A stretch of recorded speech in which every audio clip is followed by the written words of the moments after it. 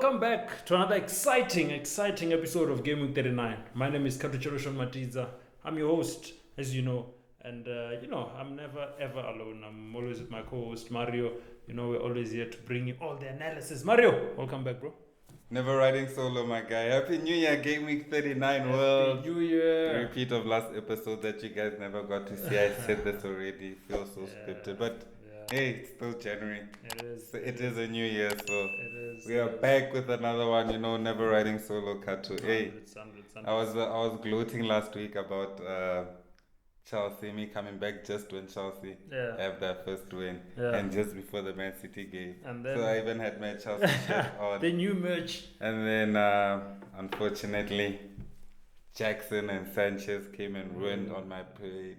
We'll talk about that. But yeah, we're back. And what do you have for us today, Captain? Yeah, man. So, as Mario was saying, last week we did record, but unfortunately technology, guys, these things happen. Sometimes the enemy of progress. When you're starting to experiment with stuff, bringing in some cool stuff that are gonna make this pod, come through in the best way that we wanted to come through to you guys. So yeah, unfortunately we could not drop that episode, but we do promise you guys that we are cooking. And the next episode, you better stay tuned because, like I said, we had a jam-packed, show last week, also from just the setup itself. But you will see more of that in the next episode. Mario, it's Gameweek 24. Gameweek 23 was a good game week, I'll say personally from my side. A high-scoring game week.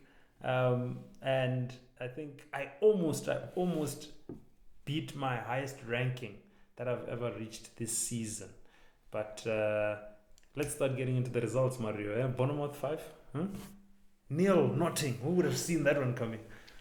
Yeah, you had Gagbo. Good weekend for you. But you too, you had Gagbo. Why are you I don't know surprised? how you jumped onto him. Way before. I'm a step ahead How of long you. have you had it for? But anyway. I'm a step ahead of you. But Bournemouth 5. Like I said, we were speaking just before we jumped onto the podcast. And remember I was telling you, I was alleging that I spoke about Quattro Dango. Before, on the previous episode, I mentioned him. If it had dropped, I'm not blaming the boys, you know what I'm saying? Technical issues do happen. Yep. And people had listened to that. They might have picked up that one of the three assets I spoke about at Bournemouth was Quattro. And as it shows, he returned. I mean, 5-0. It did. Unanswered. He scored a hat-trick. I think Probably he had an assist the highest game week ranking to date, but I'll confirm as the show goes on. No, I don't think so. Palmer scored 4 goals in one. And he scored 3. He scored 3 and an assist. Yeah. But then, Dango, Quattro. Clivert also coming through. Kekeres. We spoke about Kekes, sorry. I'm thinking Dragon Ball Z. If he was one shot, Quattro was one shot of his Quattro goal. It would have been 4, but he had 3. They had uno, dos, tres. But Bournemouth 4-1 against Newcastle, 5-0 against Nottingham Forest. Yep. I mean, 9 goals in 2 games. They look fixture-proof. But I mean, how much can we really rely on them? I mean, they've proven it against 2 very good teams. In good form. Hundreds. They ended Newcastle's run. They dealt with Nottingham Forest's run. I want to add on to that. Back to back, the king of the game weeks were both from Bournemouth. Last week it was Clivert. And this week is with 22 points actually. And then this week is Dango with 21 points. Yeah. So I think it's a matter of just picking exactly where you want and you'll come out with something. But very, very, very good fixture. I think quite a surprising one. Very impressive. But let me stop referring to the previous episode. But I did mention when he played against Newcastle, I was quite impressed. Yeah. I think his name is Quattara. No, his name starts with an O, man. Odango. Otara. Oh, yeah, Otara. Why did I keep on saying Quattro? Otara Dango. Otara Dango. Yeah. That looked like a kid, but I wear glasses, so let me be forgiven. I spoke about him against Newcastle. He scored a goal, I think it was offside, but he eventually did get his goal in that game, if I'm not mistaken. Yeah. He looks good, gets in good position. He looks like a striker to me, actually, but plays in midfield, listed as a midfield. Very good asset. Clever. I told you, he's very smooth. He can beat players. He's on penalties on one hell of a form right now also. And in very good form. I mean, 34 points in 2 game weeks. And then Semenyo to wrap it up. Nottingham Forest, I don't know if I'm losing faith in them. But then, it is looking like that time where you are likely considering pulling the trigger, because speaking of Nottingham, before we move on, I think we've quite given Bournemouth their flowers, but you know that 5-0 they deserved. It was a hammering. It was hammering, and we're talking about a Nottingham which most managers have assets at the back, doubles. I have 2 defensive assets from Nottingham, Sells and who's this guy? Not be kicking yourself. Did you start any of them? I started 1. I knew I had a feeling about the fact that Bournemouth were doing so well, so I brought in Raya, who actually scored very well. Yeah, 7 I think he made it. 9 No, points. 9. Yeah. Got the 2 bonus points. I got the 2 bonus points as well. But anyway, we need to move on, Mario. Bournemouth 0, 1 Everton. Is David Moyes? That doesn't sound right. We just spoke about. Sorry, not Bournemouth. Brighton. My apologies. Brighton 0, 1 I Everton. was talking about David Moyes. I don't know if you guys know about Go Down Herb, but David Moyes has been Go Down Herb for they must sponsor us. We just gave them a shout out. But Go Down Herb has been David Moyes has been Go Down Herb for Everton. I mean, back-to-back wins for the first time this season for Everton. 6 luck points. is even on their side. Yeah, luck is on their side. Brighton cost me dearly. Why do you say that? In Betway, but yeah, you guys should sponsor us too. I need to recover some of my losses. But Brighton dealt with by Everton at home. Again. Is it time for managers to start considering Everton assets? I mean, they have a double game week. When are you gonna consider them? If You're not now, You're onto something. He's onto something. They've got a double game week, so do Liverpool. Yeah. I mean, people will be lining up at the rafters to bring in Capo, I'm sure, after that performance. And of course, I considered bringing in Everton defender, taking a minus to prepare for this game week. Yeah. But I felt like it wasn't necessary because everyone in my back line had good fixtures. Arsenal returned, Muniz returned, even though it was an attacking return. Yeah. But definitely I would consider maybe a Pickford. Yeah, I did see Pickford's price go up on FPL Hub, so managers are actually bringing him in. I would consider Pickford maybe at the back. I wouldn't be surprised if we looked at the most transferred in players. Pickford is 4th currently in the time of recording, and India is 3rd. Because he scored the penalty that eventually sunk Brighton. And Calvert-Lewin looks like he's injured. So India also looking like a very solid. All right, let's move on. Liverpool 4, Ipswich 1. And our boy Gakpo, making sure that this game week looks as decorated as it is for me with the green arrows. I brought in Gakpo a week before, and I was getting rid of, I cannot remember what I was getting rid of from my front lineup. But I expressed in the show that never went live, by the way, as we sing. We're trying not to reference that show, but I did express that I was so disappointed because there was a moment where Salah had assisted a beautiful goal. I have both Salah and Gakpo. And had he scored, it was a simple tap-in, but unfortunately he couldn't direct the ball into the posts. I was so disappointed because that would have been the difference between a red arrow and at least a neutral or a green arrow. But he did deliver this game week, and you were one of the beneficiaries. Your thoughts on that game? Yeah, I had similar feelings about bringing Gakpo in the week before as well. But Darwin Núñez had just scored a brace in the 90th minute. So I was unsure about if maybe your manager would give him a chance. Yeah. Seeing as they're playing Ipswich, try and keep Darwin's form going. No, playing the previous game. Sorry. Yeah. But I decided to hold off on it and bring him in now. It worked out well. Perfect timing. I thought about bringing in Konate, but I didn't think, let me not take a -4 for a defender. That wouldn't have gone so well. It didn't reap any benefit. Like I always tell you, Never bring in take a -4 for a defender. Well, you could for Trent. Trent has been delivering for managers. Yeah, but it's just that it's an expensive one. It's an expensive one. You literally have to dissect your whole team. Exactly. I think he's had like 4 attacking returns. If I'm being honest. Is it over 20? I'll have to confirm, but yeah. But then I'm sure it's not more than a handful. Maybe more recently, if he's added, it will be 6 or 7. But I mean, out of 20-something games, 6 or 7 returns. Muniz has as many. Robertson has as many. Yeah. Even if we're more, he's not even the most attacking returning defender in the league. So now when it's a double game week, obviously worth taking a punt on. For Konate, of course, because there's the opportunity to return twice, 100%. opposed to the one chance with the clean sheet or assist. So a lot of decisions for managers from what I'm picking up, because defensively you could bring an Everton asset. They play Leicester. Yeah, they play Leicester. And then they play Liverpool, of course. Or you could bring a Liverpool defensive asset, number 3. Unfortunately for me, that's not an option. I'm already sitting with 3, and the 1 is sort of like a placeholder in my team. I've Kwanzaa, who's 3.9 million, so he allows me to spread my money elsewhere. You need to get rid of that guy. But if I get rid of him, I have a problem with funds. I don't have funds anymore to have the assets that I have. And so far, I've never been so happy with my midfield.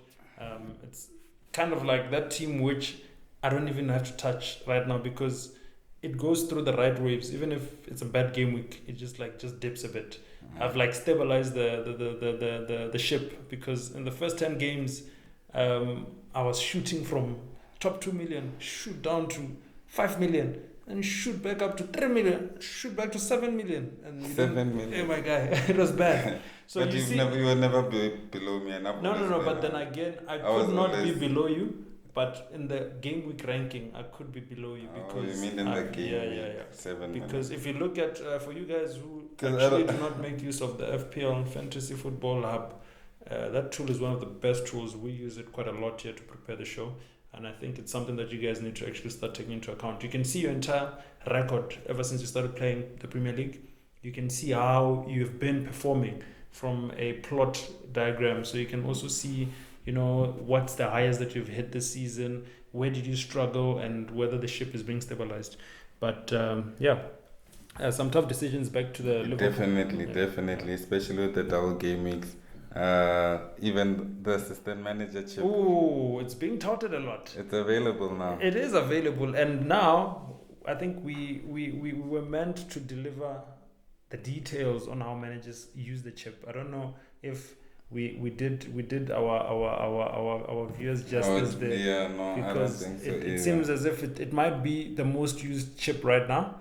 But is it? The people are jumping on it already. People are jumping a lot on it. It's being spoken a lot about it. And when I read about it, it's a very deadly chip. It is. Because one of the things that I did see about it, I know that we're digressing right now, but you need to have money in the bank, because managers are 1.5 million to 3 million, if I'm not mistaken. They're priced from 1 million, I think 0.5 million. Oh, 0.2 to 1.5 million. Yes, 0.5 to 1. You bring in a manager, he is in your team for 3 game weeks. Exactly. And depending on how the team performs, depending on how his team performs in real life, it also depends on how much you score. There's sort of like a bit of, some minor, what can I say, caveats here and there, right? Yeah, like if the team wins, you get 6 points. If the team draws, it draws, it gets 3 points. If the team beats a team that's 5 rankings higher, then he gets 10 points instead of 6 points. Yeah. So, and then if they draw with the team higher, it's 6 points instead of 3 points. And I think you can potentially get a maximum of 16 points from one game week with an assistant manager. Because you get +1 for every goal this team scored. And he gets +2 for a clean sheet. So let's say I think probably your one manager, of the deadliest chips we have ever. It is, and especially with the double game week. Because if your manager can, if your assistant manager can beat a team ranked 3 places above him, you get the 10 points. Yeah. And then let's say they beat them handsomely, 2-0 or 3-1. He gets 3 points, a point for every goal, so that's 3 points. and then they keep a clean sheet, that's 2 additional on top of points that. on Managers can be substituted, by the way. You don't have to stick with the same manager. Yeah, you can in that 3-game week period. Yeah, you can substitute your manager. That's wild. So I think we definitely still owe managers. But I feel like that just broke it down pretty well. Yeah, I think we just literally finessed it so well there. But let's move on, Mara. Let's finish with the results here. Southampton 1, Newcastle 3. It looked as if Newcastle had lost confidence after that hammering from Bournemouth, but now they did manage to come back and win convincingly. So I think the two results show that it was not a Bournemouth fluke. It's rather Bournemouth is a good side. Beating Newcastle, beating Nottingham Forest. Who are still very good. 2 very good teams. Yeah. Newcastle came back. Isak, who I wanted to captain, but I opted for Salah under peer pressure. But my armband. It was a statistical decision. You don't want to be on the other side, and the most owned player goes and does the most. My armband was sitting on Isak until the last hour, 30 minutes of before the deadline. It sounds like a common thing that's happening for you this season. It has. And then I removed it from Isak. I put it onto Salah. Yeah. Salah returns 1 measly goal, but Isak would have been an even better game week for me. Yeah.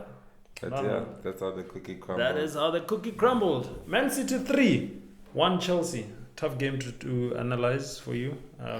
When we were, what else is that supposed to when we were off the pod, you were expressing your disappointment on how your team performed.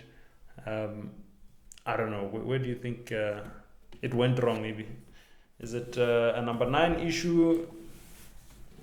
Is it defensive? Is City probably just back to prime City? What is it? What happened? You'll tell me when you're done. You can tell me when you're done with this segment. No? As you can see, Mario is quite disappointed about this one. Jackson, Sanchez, Sack. Can we get a real striker and a real goalkeeper? You minus Sanchez's mistake. You add Sanchez, Jackson's goal. It's 2-1. No, I think the Sanchez mistake was just... That was atrocious. And I mean, terrible. Jackson, I wanted to say it's a miss, but you can't even call it a miss. The nigga is... Excuse my French. But the man is so scared to kick a ball on his left foot towards goal, a striker. Man, just swing your boot at it and hope that it doesn't go over the crossbar. I mean, the posts are open. What more do you want as a striker? I would have swung my boot at it. If I miss. It's better than not having a shot at all. I mean, we get. He's there to score goals, but he wants to trap the ball and pass. But anyway. But as you can see, as I said, it was a tough game. But hopefully, you guys can be able to bounce back. It's looking like a City resurgence right now. But we shall see. Fulham 0-1 Man United. That is a result that is going to please our technical team here. Our technical team is going to be quite pleased with this result. But how did Fulham allow Man United to chow them at home? Hey, my brother. I don't know how Man United got that lucky, but... How did Man United win at Craven Cottage? Yeah, I was certain Fulham was winning that game. And you're doubled up. I don't know if you still doubled up or you divested. You sort of like divested. Yeah, I divested. The one guy is on my bench. The other one I sold. Yes, Wilson. Yes, all right. No, not a bad decision. I sold. That Guardiola on the bench is looking bad. Wilson definitely out of my team next. Yeah, disappointing by Fulham taking that one. I was quite happy that Guardiola was on your bench because the moment he scored, he attempted it. You saw there was a run that he did there against you guys, and I was like, hey, these guys are allowing Guardiola to be coming in like that. And then the same move, they play the ball from the back. They hit it, I think Bernardo, or was it Foden, who tried to control the ball? Oh, it was Foden. Tries to hit it, and then there's... You're digressing, my friend. We're talking about Fulham and Man United, not Chelsea and Man City. All right, yeah, Fulham, Man United. Yeah, but... Onana didn't really have to make too many saves in that game. So I'm quite disappointed in Fulham. Yeah. But I mean, you also didn't play any assets. Let's give Manchester United a break, even though they don't deserve it. Yeah. Let's give them a break. All right. Well done, Man United.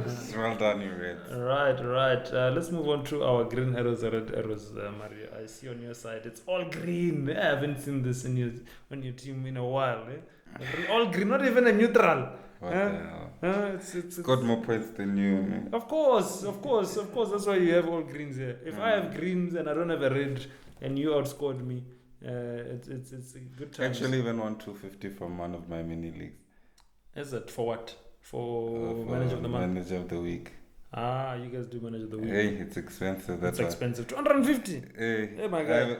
I'm not gonna return my point unless I have some miracle comeback where I cover. But then third place is 80 points, and if I get to third place, I get 2.7, something like that. But then, first place gets like almost $7,000. Yeah, no. So you can tell it's a betting man. So Mario, you scored 78 points. You also captained Salah. As you said, you were quite disappointed because you had your armband on Isak. I wonder if he was your vice captain. Yeah, he was your vice captain. So unfortunately, Salah only returned us a total of 16 points. Unfortunately. On my side, I scored 74 points. Also having Captain Salah, who also, as I said, returned us 16 points. I scored a total of, I think, 74 points. Just 4 points difference from you. Had Digne, or rather had Aston Villa not allowed West Ham to score, it would have been... at the back from I brought in Digne, I got rid of Lenti. Yeah, I wanted to go differential. I know there was Kekeres and I regretted not bringing Kekeres. I told you about that Kekeres guy. I wanted to bring in Kekeres, but I was like, no, you know what? 3 or 4 times. Against Notting, Wood is probably going to have something to say, and I got nothing. I got nothing. Big old goose egg. I got 2 points from Digne, so... But it also goes forward, so I'm just gonna monitor for the next few games to see exactly what's happening. But yeah, that is how the cookie crumbled. Kudos. I think you've been outscoring me for like what, twice? How far am I behind? I don't even know. Like at this point, I think I just managed managing my team. Gameweek 23, I outscored you, but I think Gameweek 22, you did very well. 65, another 4 points difference. 73 points behind. Yeah. So the past 4 games, you have outscored me twice. The Bishi is this close to me. This man was on fire at the beginning of the season. My God. You know fire that you start with tissue paper. It's but game week 39. Dangerous. How am I 42nd in this league? This is mad. Standout players. We spoke about Dango. 21 points that he scored. 3 goals. And then he also had an assist. Interesting. Yeah, that's Yeah. How did it get 21? 5.0 million. That is a bargain. I mean, people are jumping on Ahmad. I think for someone like myself who wants to get rid of Ismail Issa, this transfer window, I might consider someone like this guy, Yeah. Owned by 0.8% of managers. That's wild. I've mentioned him twice. And then second is Should have Gakpo. bought him. We spoke about Gakpo. We brought in Gakpo. At least we didn't fall from this ship. 16 points. He scored a goal. 7.6 million. I think he scored what? Didn't he score 2 goals? He scored 2 goals. He scored 2 goals. Apologies for that. I have 2 goals and an assist. Yeah, and he's owned by 17.7%. I think this number has just increased recently with a lot of managers that are flocking into him. But kudos to us. Kudos to you if you were able to jump on Gakpo. But also, I think it was a no-brainer given the fact that there's a double game week for Liverpool, so you should have been eyeing that Liverpool attack. Yeah, definitely. Yeah. And then Martinez, an interesting top 3 here. Martinez from Man United, 15 points. How many goals did Martinez score? Scored a goal. He scored a goal, and they also kept a clean sheet. Yeah, the goal that sank Fulham. Exactly. After Adam Traore posted a picture saying that we'll meet again. Talking some smack. He's the one that talking some smack to Lasandro. 4. And then he goes and the butcher with butcher knife in hand. And he's the one that does the butchery. He did the butchering. 4.4 million. His ownership is 3.6%. Not a surprise there, but we shall see if Man United are probably going to start climbing the table. Probably not. They've been struggling. Probably not. Mario, buy, sell, keep, avoid. We have Foden, Gakpo, and Mateta. I'm gonna start with Foden. Foden seems to, been instrumental on what is going well for Manchester City, right? Yeah, I mean, something I had to give. He looked like a 44-year-old player at the end of his cycle. Okay, 44 is exaggerating. A 38-year-old player at the end of his career. Yeah. Because he's been playing football consistently for the last 7-8 years. Yeah. Which is some people's careers, mind you. 7-8 years at the top level. Some players only get to that top level for that long. And he played all his football there. He was exhausted, injury prone, and all of that. So yeah, I think he's much more refreshed. I expect him to do well for managers who are not necessarily paying attention to Foden, right? Or Man City. 2 back-to-back goals. Or Man City. If you haven't been paying attention to this Man City resurgency and Foden being a key player in this, I'm just gonna tell you the points that he scored since Gameweek 19: 6 points, 8 points, 15 points, 19 points, 7 points. That is wild. City have won 4 out of their last 5. So, like I said, yes, they have tough fixtures coming. According to FDR, they have Arsenal, they have Newcastle, and they have Liverpool. But Foden the real City will come out now. Let us see if they've recovered. Foden is fixture proof. Let us see if they've recovered. This will be a good barometer. Let them put 3 against. They are past Arsenal. Yeah. Newcastle, let them not concede against Newcastle. Let me see against Isak. And then you're gonna throw that wild card. Let's see that Liverpool. Let's see what they do against Liverpool. Yeah. If they can come out of this gauntlet, fine. They're 1 point ahead of us, fine. Chelsea, if they continue, if Jackson continues doing what he's doing and Sanchez continue, we won't win. We'll continue drawing or whatever.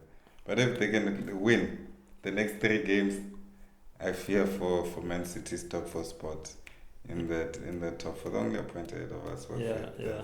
Now we shall see. It's gonna be interesting. So pay attention to Foden, by the way. Yeah, Don't say we didn't tell you. Don't say we didn't tell you. You said buy, keep, avoid. I avoid Foden for now. Yes. That's what I do. And then Mateta, I can buy him because he plays United. United's weak. So Mateta, yeah. Everton at home. They could get points there. Everton a little bit more stubborn. So Mateta since game week 20, 8 points, 13 points, and only the past game week where he didn't score some points. But on some good form. Yeah. So Mateta is a buy. Keep if you have him. Keep. But buy. Yeah. Because when I said earlier that I'm considering... I'm buying Gakpo. I'm buying... What's another top stack? I'm considering getting rid of Wood, and Mateta is on my watch list. Good. I think it's a viable. It's a viable one. They play United, they play Everton, they play Fulham.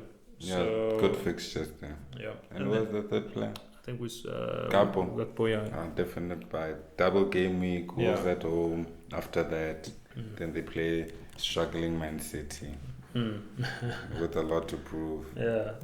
Then what's after that? Then they play Newcastle, Southampton, Aston Villa. I can hold Gakpo at least for a very long time until almost the end of the season. Hundreds, and then upcoming game week. Upcoming fixtures for this week. We have Bournemouth versus Liverpool. The first of the double, and then we also have Arsenal versus Man City. I think it's on paper the fixture of the game week. We have Chelsea versus West Ham. The West Ham with the new manager bounce. Is it going to be the case? Liverpool and then Monday. we have Everton and Liverpool. Wednesday. Yeah. Why did they wait so long to bring it back around? So your thoughts on those fixtures, Mario? What's going to happen? Ipswich versus Southampton might be an interesting game. Battle of the bottom. For FPL managers, I don't think most could have the lap still. I think they might have shipped him out. Yeah. I like Everton versus Leicester for Everton. Leicester can be stubborn at times, but I think Everton can pick up a win there. Maybe a little bit more impressive than the ones that they've had. Okay, the ones they've had are impressive because it's quality opposition they're beating. Yeah. But I mean, maybe something a little bit more decisive because they have confidence in them and stuff. And I mean, they did beat Tottenham, right? 2-1 this past week. Yeah, and then they beat Brighton 1-0. Yeah. As well. So yeah, it's difficult to pick like easy. I think it's gonna be a low scoring. And it goes back to the point I made earlier with which defensive asset do you go for between Everton and Liverpool, who both have double game weeks. No, I definitely go for Liverpool. But then, Bournemouth will be a difficult game for them. Definitely. All right. But Everton might be a bit easier. Both of them are away from home, so they might concede at least in one, possibly even in both. Yeah, very much. I think against Liverpool, most definitely. No, I think Liverpool might concede in one or both of their games. No, also possible. I think we're vulnerable to allow that one goal. They'll probably win both games or draw Bournemouth, win Everton. But I expect minimum 4 points, maximum 6 from Liverpool. Okay, and you can't say the same about Everton. If you have the likes of Tarkowski or if you have the likes of Pickford. Everton actually might keep a clean sheet. I think Everton have more chance of keeping a clean sheet in that double than Liverpool. Funny enough, I think so. You reckon? Because they play both their games at home. And one of those games against Leicester, that Leicester can easily be a 0-0. And you think Moyes is going to surprise us? I think that Leicester could easily be a 0-0 game. Yeah, no, it can. I think seeing also the previous fixture that they played, I think the 1-0 win that they had against Brighton, I can definitely see a clean sheet. Who knows? Maybe by the time the fans come to Merseyside, and Liverpool come to Merseyside, and Everton have 1-3 on the trot. Imagine they beat Leicester. They're on 3 on the trot. Liverpool coming into that atmosphere. Derby. Who knows? Maybe they get a draw out of that game as well. We shall see. God forbid. And then one more fixture maybe. Let's look at the Arsenal versus Manchester City fixture. Where do you see that one going? I think the disciples of Pep respect him too much. Enzo Maresca respects Pep too much, and Arteta respects him too much. Yeah, Arteta, I think it's more of an internal fear, and then it manifested in respect, and then he saw that it wasn't working for him, and then they started fighting. That whole Haaland, stay humble. Yeah. And then they were humbled. So actually, it all comes back. This is where it all began, where Man City's bad form began, with the stay humble against Arsenal. So could this be? So if they beat Arsenal, this might be the end of the terrible run. If they can beat Arsenal, then I believe they're back. And Man City towards the end of the season, if Pep can pull a comeback. Historically. If Pep can do what he's done the last and do those 15 in a row and win this league, take it out of Liverpool's hands. No. So now, to be honest with you, right? I think given you guys might be the greatest chokers of all time, because this won't be the first time he's doing this. I think last season already sort of like puts us as Liverpool fans in a position where it's too early to be too excited, It's not. You guys have been on top for the last 38 game weeks. It does not matter. Last season we were doing not so 38 game weeks, but I mean... We were doing and you guys had the opportunity. Man City lost 7 in a row. You guys won 7 in a row. So if you guys can give up this lead, Pella, this is not even supposed to be in question. If Pep's divorce also fuels him to go on on a rampage, it can be used as Pella as fuel both ways around. Correct. But look at this, man. There are 15 game weeks left. You guys can't lose this in 15 game weeks. I'm not in when you guys have, I'm not in disagreement. How many points I feel like we are arguing the same thing. Pella, should it you guys would have happen? to lose at least 4 and draw maybe 2. Correct. Out of 15. If it was to happen, it out would be the 15. greatest. It would be the greatest fumble.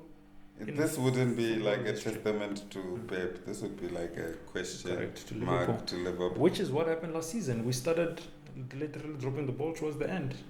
But last season was not like this. But yes, correct. But let's move on, Mario. Let's get into the captaincy. I have Isak, I have Haaland, I have Salah. Do you want to add another differential maybe? Isak, Haaland, Salah. Yep. Let's see. Isak against Fulham. Expected points according to Fantasy Football Hub. Yeah. Gakpo number 1. Isak number 2. India number 3 amongst forwards, that is. India. That's interesting. That is quite interesting. I think I might bring him in. Okay. But obviously Salah is probably higher. I haven't checked. Yeah. But those are the top 3 that FPL Hub is giving us then. For forwards. Alright. But yeah, it has to be a Liverpool player. Given the double game weeks. I can't even stretch it out. It would have to be Salah, Gakpo, and then you can throw in a differential in the Isak. But yeah, I think the decision is gonna lie between Salah and Gakpo. Yeah, basically. Predominantly, yeah. All right, you heard. Our mini league, we have a new leader, JP.